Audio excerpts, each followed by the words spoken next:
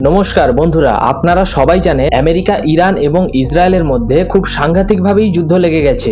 সমস্ত মার্কিন সেনাঘাঁটিগুলোকে লক্ষ্য করে ইরান বিশাল বিশাল মিসাইল হামলা করছে। ঠিক এরকম পরিস্থিতিতে মিডল ইস্ট থেকে সমস্ত রকমের আমেরিকান সিটিজেনদের নিজেদের যত দ্রুত সম্ভব সরিয়ে নেওয়ার পরামর্শ দেওয়া হয়েছে। তাহলে বড় কোনো কিছু কি ঘটতে চলেছে? এই পুরো বিষয় নিয়ে আজকের ভিডিওতে আমরা আলোচনা করব। ইরানের তরফ থেকে এখন একটা বিশাল বড় পদক্ষেপ নেওয়া হয়েছে। ইরান কি করেছে? প্রতিটা দেশের মার্কিন সেনাঘাঁটিগুলোকে সরাসরি বম্বিং করছে। এই যুদ্ধের নামকরণ করেছে তারা অপারেশন ট্রুথফুল প্রমিস নামে। কিন্তু আমেরিকাও তো এত সহজে ছেড়ে দেওয়ার কথা নয়। আমেরিকা ওয়ার্ল্ডের মধ্যে সব থেকে শক্তিধর দেশ, কিন্তু তার থেকেও বড় কথা হলো আমেরিকা পরমাণু শক্তিধর দেশ। আমেরিকার প্রেসিডেন্ট ডোনাল্ড ট্রাম্প পরিষ্কারভাবে জানিয়ে দিয়েছেন তারা ইরানের মিসাইল সিস্টেমকে পুরোপুরিভাবে ধ্বংস করবে এবং ইরানের নেভি সিস্টেমকে একেবারেই নিষ্ক্রিয় করে দেবে। আমেরিকার স্পষ্ট বার্তা, তারা পরিষ্কার জানিয়েছে কোনোভাবেই ইরানকে নিউক্লিয়ার ওয়েপন তৈরি করতে দেওয়া হবে না।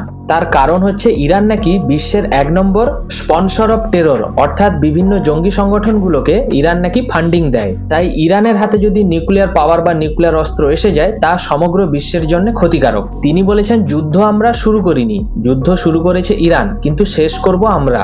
এছাড়াও বলেছেন মিডল ইস্টে থাকা যদি কোনো আমেরিকার একজন বাসিন্দার ওপরেও হামলা হয় তাহলে তা পুরোপুরি আমেরিকার ওপরে হামলা হিসেবে গণ্য হবে। কিছুদিন আগেই আমেরিকা এবং ইসরায়েলের তরফ থেকে জানানো হয়েছিল ইরানের সর্বোচ্চ লিডার আয়াতোল্লাহ খামেনেইকে মেরে দেওয়া হয়েছে। আর এই ঘটনা সামনে আসবার পরেই যুদ্ধের তীব্রতা আরো বেড়ে যায়। এমনকি ইরান আরো একজন ব্যক্তিকে এই আয়াতোল্লাহ খামেনির জায়গায় সুপ্রিম লিডার হিসাবে অলরেডি বসিয়ে দিয়েছে। এখন আমেরিকার তরফ থেকে একটা রিপোর্ট দেওয়া হয়েছে যেখানে বলা হয়েছে তারা ইরানের প্রায় সমস্ত মিসাইল সিস্টেমকে ধ্বংস করে ফেলেছে আর ইরানের 10টিরও বেশি যুদ্ধজাহাজকে পুরোপুরিভাবে নিষ্ক্রিয় করে সমুদ্রে ডুবিয়ে দিয়েছে। মিডল ইস্টে তেল আবিব বলে একটা জায়গা আছে যেটাকে সম্পূর্ণরূপে খালি করে দেওয়ার পরামর্শ দেওয়া হয়েছে। অনেকেই মনে করছেন এটা বলা হয়েছে কারণ এখানে নিশ্চয়ই বড় কোনো হামলার একটা ব্লুপ্রিন্ট তৈরি হচ্ছে। এখন এই খামেনির মৃত্যু নিয়ে অনেক প্রশ্ন আছে। অনেকে বলছেন মারা গেছে, আবার অনেকে বলছেন তিনি মারা যাননি, বাংকারে লুকিয়ে রয়েছেন। কিন্তু যদি সত্যিই তিনি মারা যান তাহলে কিন্তু মিডল ইস্টের ম্যাপ এবং জিওপলিটিক্স